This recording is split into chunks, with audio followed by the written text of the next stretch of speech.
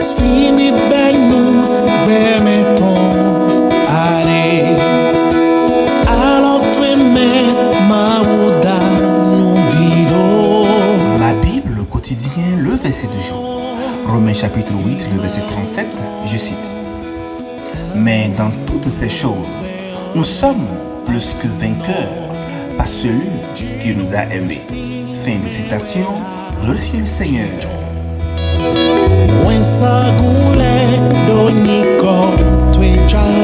Le verset du jour nous enseigne l'immense pouvoir de l'amour de Dieu qui s'est manifesté à notre Seigneur Jésus-Christ.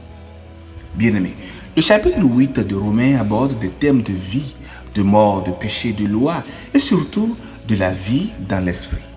Les versets qui ont précédé notre verset du jour parlent des souffrances actuelles comparées à la gloire à venir et de l'assurance que Dieu est pour nous et qu'il intercède toujours pour nous qui sommes ses enfants.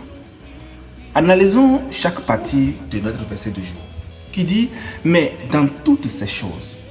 Ces mots font référence aux adversités énumérées juste avant dans Romains 8, les versets 37-36 où Paul parle de tribulation, de détresse, de persécution, de famine, de nudité, de péril et d'épée.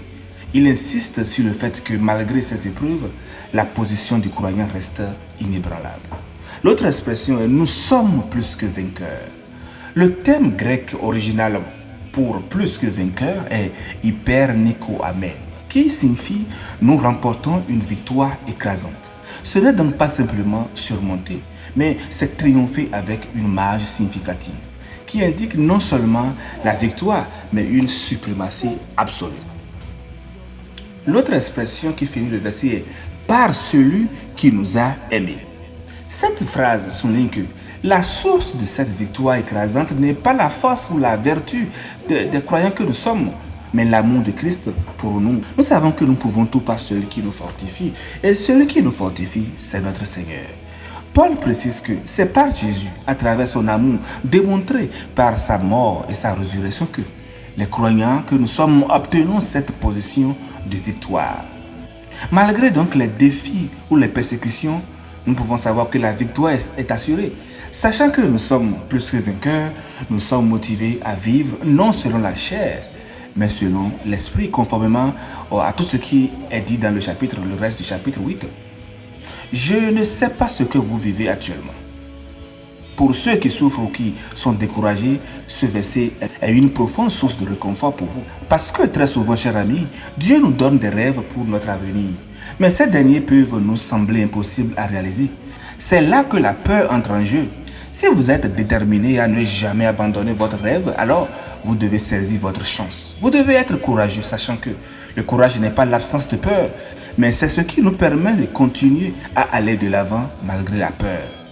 Lorsque vous êtes face à des situations qui vous menacent ou vous intimident, ne priez pas pour que la peur s'en aille, non, mais pour avoir l'assurance et le courage d'avancer. L'esprit de crainte essaiera toujours de vous empêcher d'agir.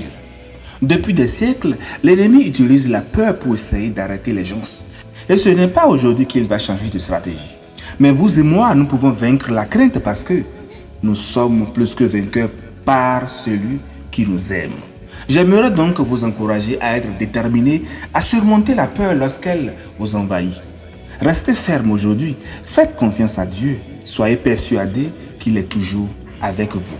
Chers frères et sœurs, sois sûr qu'avec Dieu, tu seras victorieux.